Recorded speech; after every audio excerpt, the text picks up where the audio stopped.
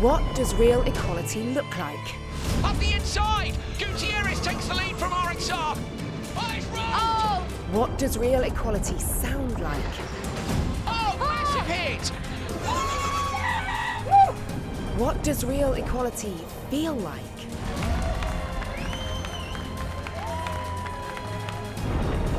The first gender-equal motorsport. Gutierrez and Taylor side by side. It's a brilliant move. Our commitment to equality is written in stone. Maybe the closest finish ever in Extreme E history. And it's here to stay. She's absolutely sending it out there. This is equality. This is Extreme E.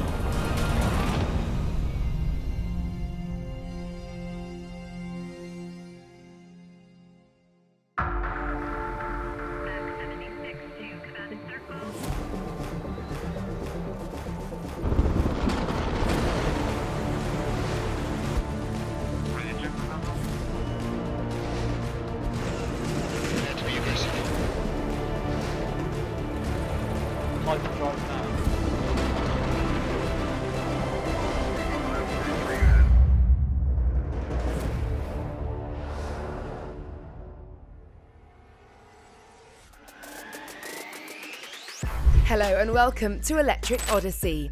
On today's show, we have all the racing action from round 3 of the Hydro X-Prix. The Extreme Hydrogen car is tested on an Extreme E track for the first time. And we chat with the team who stood at the top of the round 3 podium in Scotland. But first, Neon McLaren's Christina Gutierrez and Matthias Ekström reveal how they are preparing for their team's home race in Scotland.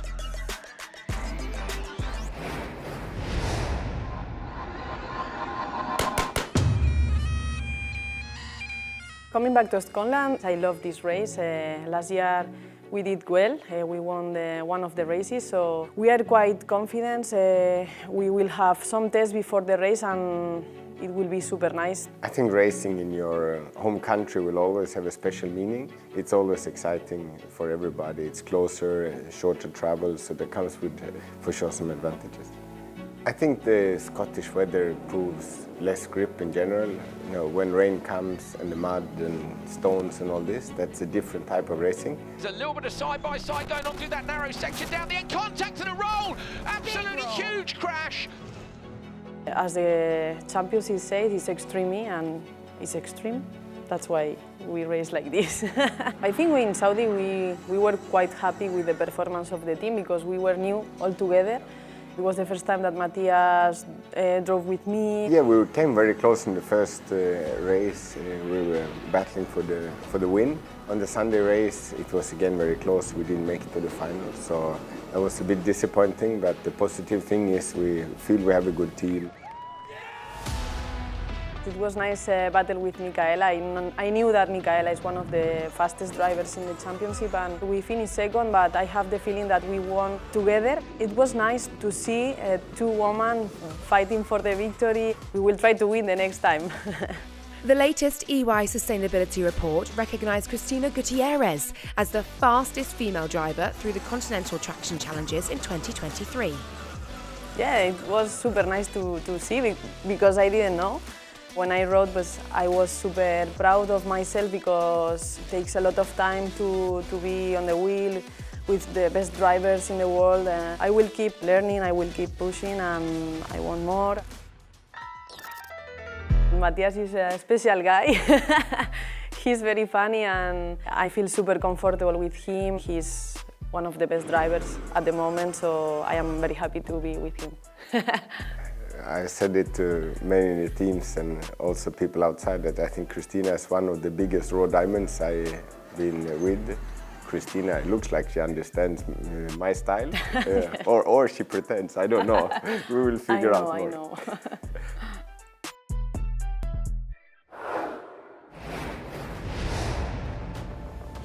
In the first qualifying session of the day, Sun Mini Meal, Legacy Motor Club and JBXE were all looking to get into their first grand final of the season.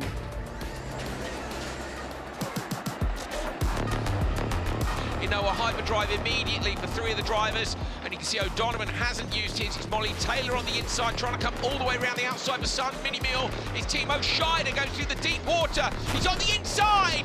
Oh, takes out almost the whole field. Hits Taylor hard in the rear left and then on the inside as well. Okay, focus forward, focus forward. Molly Taylor coming around the inside. Great move on the inside, past the Legacy Motorsport, and she's back up to third place. Yes, really good, really good. That's good. Come on, come on. An unfortunate puncture resigned Legacy Motor Club to 4th place, but with less than 5 seconds separating the top 3 cars, it was all to play for as the drivers left the switch. Oh, Kevin Hansen looking up the inside of Baccarat, but ends up getting a little bit too sideways, can't come through, flicks the car to that inside line. Kevin Hansen cuts through the grass and passes Baccarat just inside. That's a brilliant move. Baccarat coming back at him, side by side. Andreas Baccarat takes the position back, but Kevin holds on round the outside line. These two have had a long rivalry. Oh no, Baccarat off the inside in the ditch for JVXE. Carnage. Car 8 is under investigation for switch zone, but this is the finish. Oh, it's wrong. Oh my goodness me! Clara Anderson repeats the massive shunt of last year at the line. Thankfully, Clara escaped unharmed, although Sun Mini Meal were awarded a 10-second penalty for their collision at the start of the race, promoting Veloce to the top spot. The slippery conditions continue to challenge the teams in Heat 2. Oh! She's dropped it on the brake. It's a mistake by Arlen Kotlinski. So on the inside, there's just not enough room. Now, are they going to try the outside? Yes, they've managed to do waypoint 20. That's a great move. Unfortunately for Neon McLaren, Cristina Gutierrez fell that same waypoint marker after the switch. Find a way. Oh dear, that is a touch. That is gone. Definitely down. That's a 10-second without a shadow of a doubt. McConnell has to get closer. He's still got his in one drive. Goes for the outside line. Fraser McConnell trying to go the long way round his old teammate Gutierrez in the Acciona Science machine. It is all the way round the outside for McConnell. He'll be on the right-hand side into the next one. Gutierrez still there. He's going to get squeezed over the jump. Finally, McConnell gets it done. That's a great bit of racecraft. Andretti out to Keelit take race 2 in Q1. Fraser McConnell finally got the back to his old teammate Cristina Gutierrez. He gets P2 for Acciona Science with Laia Sanz. Ekstrom and Gutierrez get P3.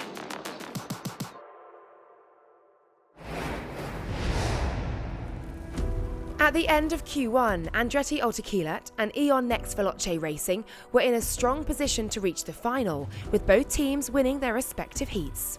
Before race week started, we caught up with Andretti's Katie Munnings and Veloce's Kevin Hansen as they revisited Extreme E legacy projects in Scotland. It's great being back in Scotland, obviously the home race for our team, the Eon Next Veloce Racing.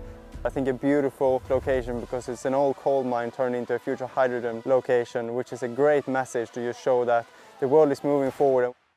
I'm really excited to go back to Scotland. I really enjoyed the race last year. The location's amazing, it's so picturesque. I love that you can see the whole of the track from the paddock area as well. It creates a lot of drama within the teams. The good thing is that we had a lot of pace here, so hoping to replicate that this year. Today we're following up on the legacy project that we had last year, seeing how the salmon has changed. We planted a lot of trees with some of the local school children, and I think they've planted loads since we've been here last year as well, so I'm really looking forward to seeing how that's developed.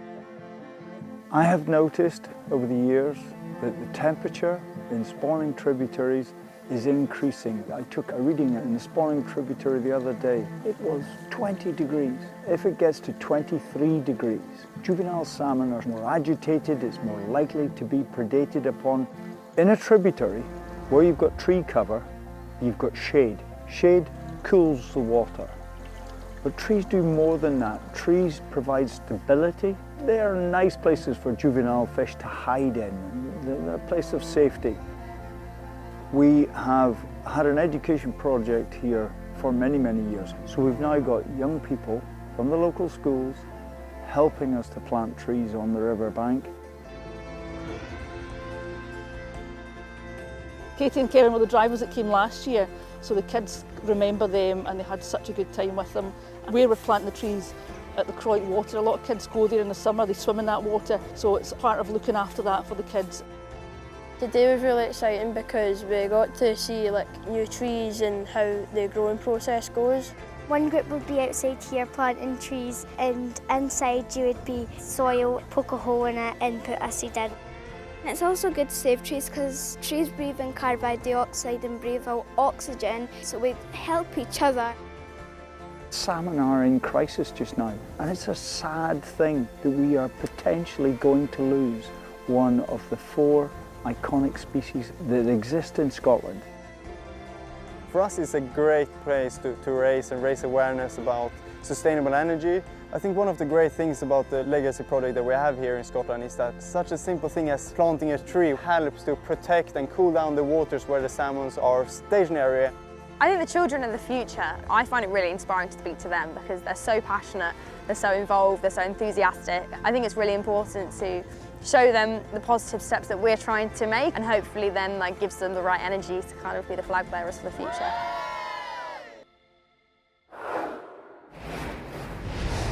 Now, the teams had to battle it out for crucial points to progress into the grand final.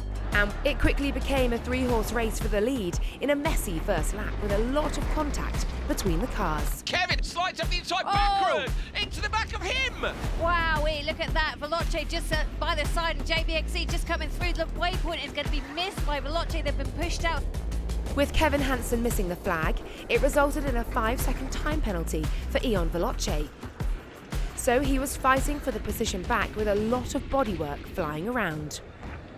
Kevin, he now goes up the inside of Baccarat again. Great move. Just misses the flag. Baccarat goes back up the inside, contact between them. The JBXE machine almost up on 2 wheels. Fraser McConnell, meanwhile, is just sitting in P3 for Axiona Science going, go on, lads. Knock Take the hell each out of other each other out. and I'll pick up the pieces. Absolutely. Kevin Hansen handed the car to his teammate Molly Taylor, who had a clear mission: keep the gap over 5 seconds to protect them from the time penalty. But meanwhile, the battle was behind for second place as soon as the cars were leaving the switch zone. They're side by side. Look how close it is. Laia Sants ran away, and despite Neon McLaren's Matthias Ekstrom really hunting for JBXE, Amanda Sorensen defended third position. But the lead out front was clear for Molly Taylor.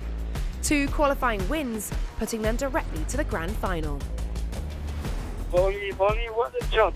Wow, we have the penalty 5 seconds and then you made it with almost 2 seconds. Great, fantastic. After Clara Anderson's role in qualifying 1, the Sun Mini Mill mechanics were all hands on deck, and even getting help from other teams to get the car ready for the next session. Yeah, it was quite a shame, really. I'm really sad about it, but the guys have done such an amazing job. Very impressive work, as Clara was on the start line on time, ready for more action. Addis Green.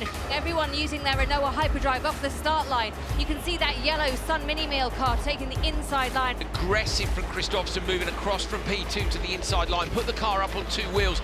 Johan Kristoffersson never looked back in a clean run out front on his 2 laps for RXR, the only option they had to make the final.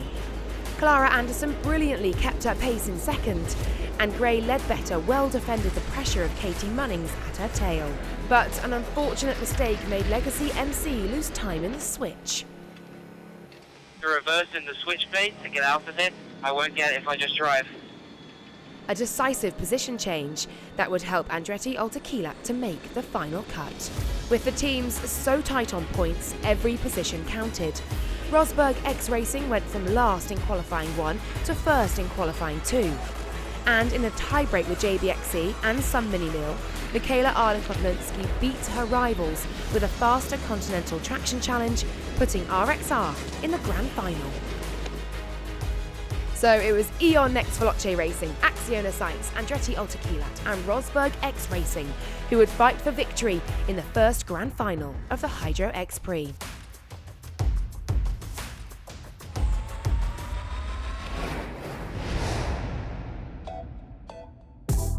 And the action doesn't stop here. Coming up next on Electric Odyssey, who will pick up vital championship points for their teams in the redemption race and final? We catch up with Extreme H test driver Hedda Hossas about driving the new XH car around the Scotland track for the first time. And how does Extreme E power everything from the cars to the broadcast cameras? Find out later in the programme. Next season, we'll see the dawn of the Extreme H hydrogen racing era. After an extensive research and development programme, the Pioneer 25 car was launched in style in London, and the testing roadmap continued in Scotland, with Hydro X-Prix behind the wheel. Everyone thought the Extreme H car was sick on the launch. It looks very good on track as well. So we are here in Scotland at the Extreme E race, and I'm here to test the Extreme H car on the proper XE and upcoming XH track. Yeah, so for the very first time in motor racing history, a hydrogen car will be turning laps at a venue that's been used to race at. We're focusing on doing some more development and taking the opportunity to use this layout and use some of the technology that's specific to racing, the telemetry and the TV and so on, to marry that all up to the Extreme H car and put it through its paces. Heather's been doing so much of the test programme, so for her to come here and then allied to her time driving Extreme E cars, it's a great comparison and a great back-to-back. It's also a great opportunity for the team's engineers and mechanics to take a closer look at the car. I think it looks amazing. It's my first time seeing it, and I had the opportunity to jump inside also and play around a little bit, and I think it's cool. You can see that it's a lot of hard work that has gone into this project. My background is single-seater racing, so I'm looking forward to have a full cage around myself and sitting right in the center. I think everybody learned a lot from the car we are racing now, so you can see that they improve a lot of things. And we were now checking a bit the driving position, and it's exciting. I'm looking forward to race with this car next year. I've never driven one that has hydrogen before, so excited to get into this and see what the power is going to be like. You can definitely see the drive shafts, and you know, the arms are a lot more beefy, and we'll be able to withstand what we're going to be going through. And I think the races will be able to be much more demanding and exciting.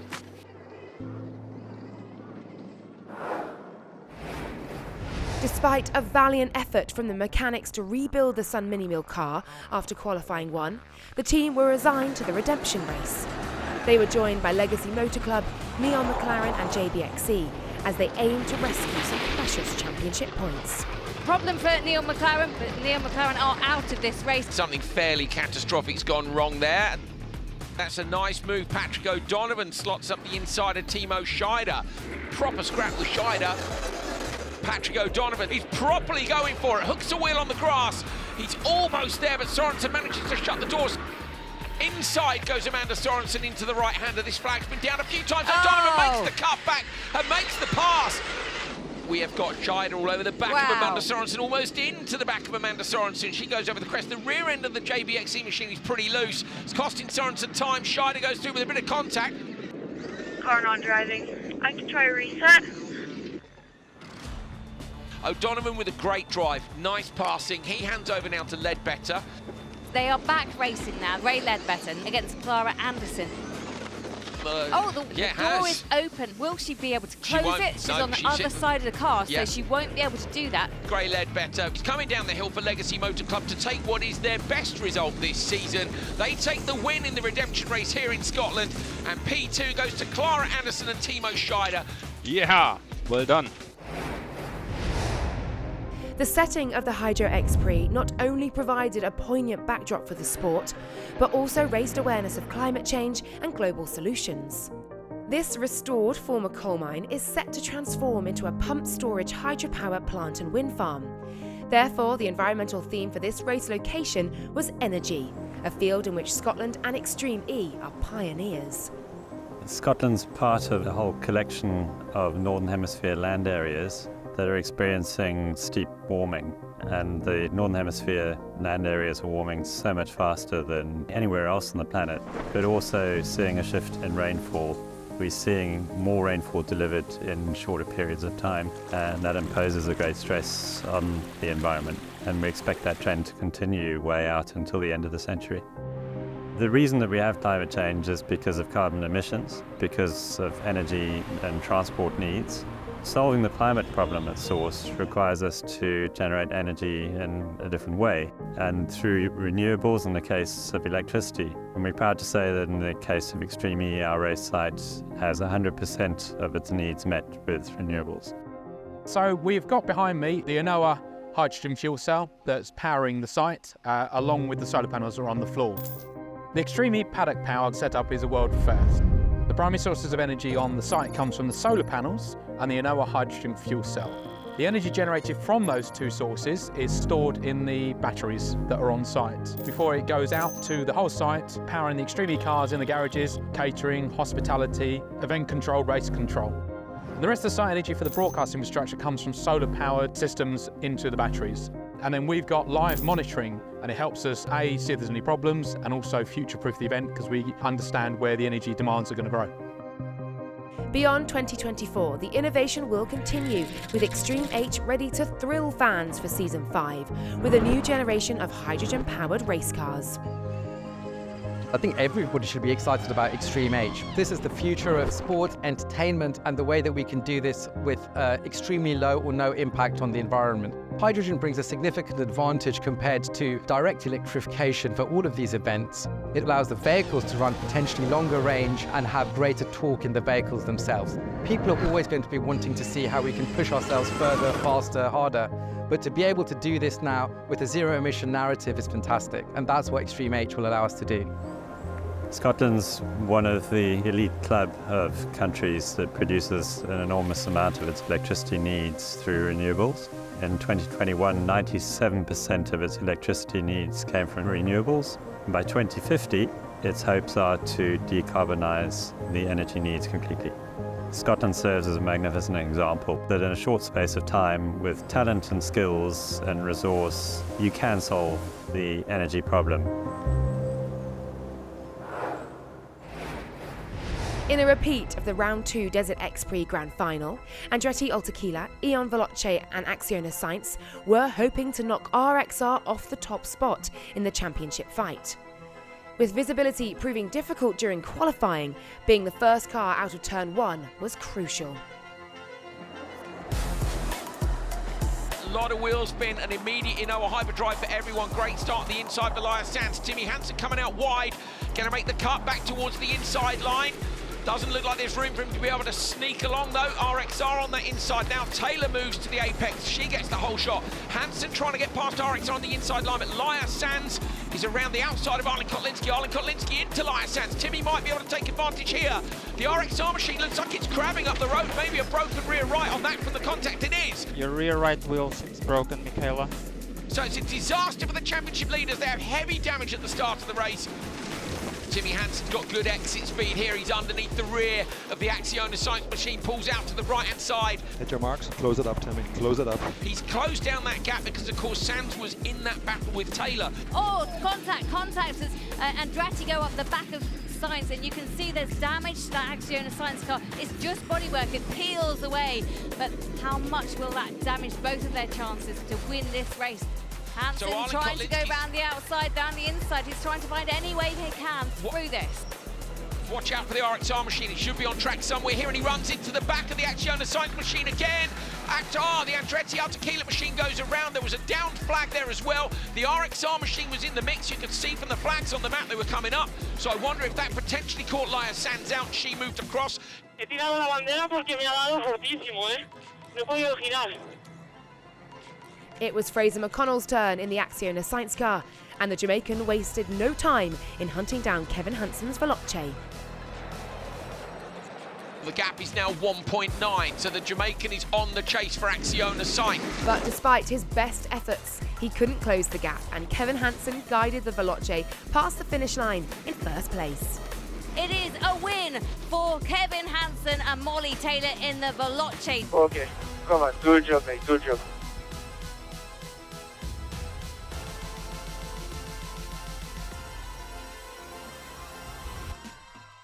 So we just finished round 3 in Scotland. Yeah, it feels great to take the win. It's been a really close battle all day. Yeah, the pace has been really high, but yeah, we've managed to have a clean sweep today, which is excellent for the championship points. We progressed a lot as well over the days.